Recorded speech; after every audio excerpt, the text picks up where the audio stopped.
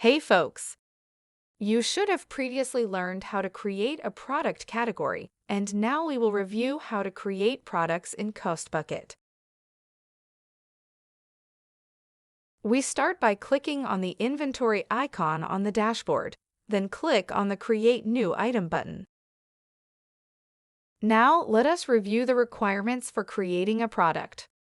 A stock code is required for each stock item. This can be any combination of characters up to 20 characters long. The POS description is the product description as displayed on the POS screen, while the long description has additional information about the product. Each product has to be assigned to a category. Remember, categories set up as raw materials will not display on the POS screen. Select one of the item types from the drop-down options. Let us look at what these are. Purchased means it was acquired for resale or as a component to make or assemble another product. Assembled products are put together by the company and the inventory is deducted at the time of sale. For example, a burger at a fast food restaurant, while manufactured products are made by the company in advance and stored in inventory until the sale is processed. For example, a candle, cake, bread, or essential oils. The purchase unit of measurement is the measurement basis when acquiring from suppliers, for example, a case of soda. While the unit of measure tracks how the product will be stored, sold, or managed. For example, the soda will be managed as each, for each soda stored and sold. Now, this is where it gets interesting. The quantity in batch is the unit or volume of the product being received when purchased.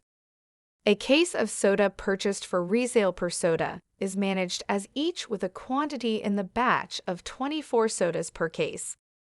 This changes when doing product costing, when components or ingredients is acquired to make or assemble another product.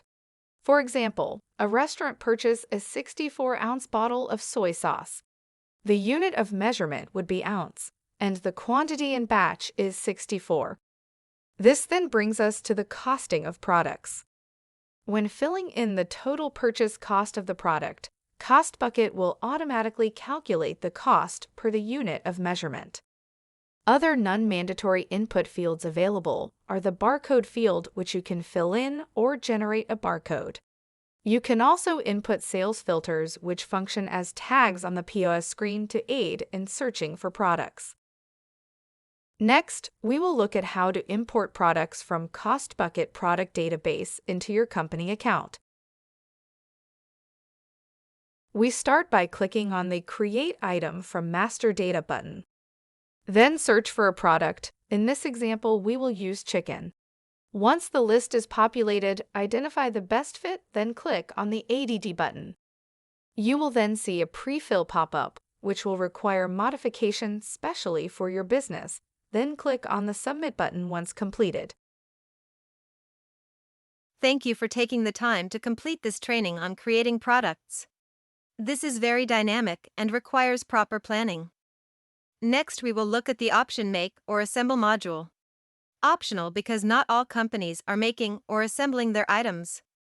Then we will review the purchase order process and how to process a supplier invoice.